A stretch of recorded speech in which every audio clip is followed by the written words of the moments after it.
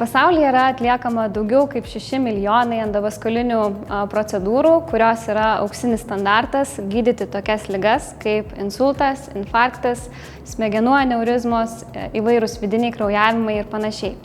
Ir visos šios procedūros yra atliekamos po rentgeno kontrolę, tam, kad galėtume matyti, kas vyksta žmogaus kraujotakos sistemoje. Chirurgai diena iš dienos, stovėdami po rentgeno šaltinių, patiria didesnę ir išaugusią riziką susirgti įvairiais vėžiniais susirgimais. Ir tuo pačiu dėvi 15 kg sveriančius švininius apsiaustus, kurie apsaugo tik iš dalies ir nuo to kenčia sąnariai, nugarą. Tad su savo komanda nusprendėme sukurti nuotoliu veikiančią robotinę sistemą skirtą kraujagyslių chirurgijai Sentante.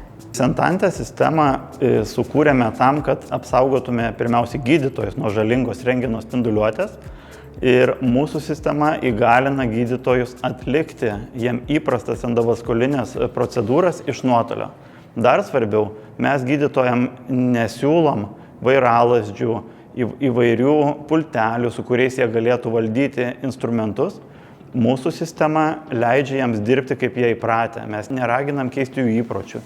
Būtent dėl šio kertinio pranašumo jau sistemą parodėm daugiau kaip 150 pasaulinio lygio chirurgų ir visų atsiliepimai buvo puikus. Šie metai mums ypatingi, nes užbaigėm prieš kelis mėnesius klinikinę studiją, kurios metu pagydėme 10 pacientų, atlikome 20 procedūrų ir buvo 100% sėkmė. 100% visos procedūros pavyko kaip planuota. Daugiausiai domisi mūsų technologija ar mūsų produktų gydytojai iš visų pasaulio šalių.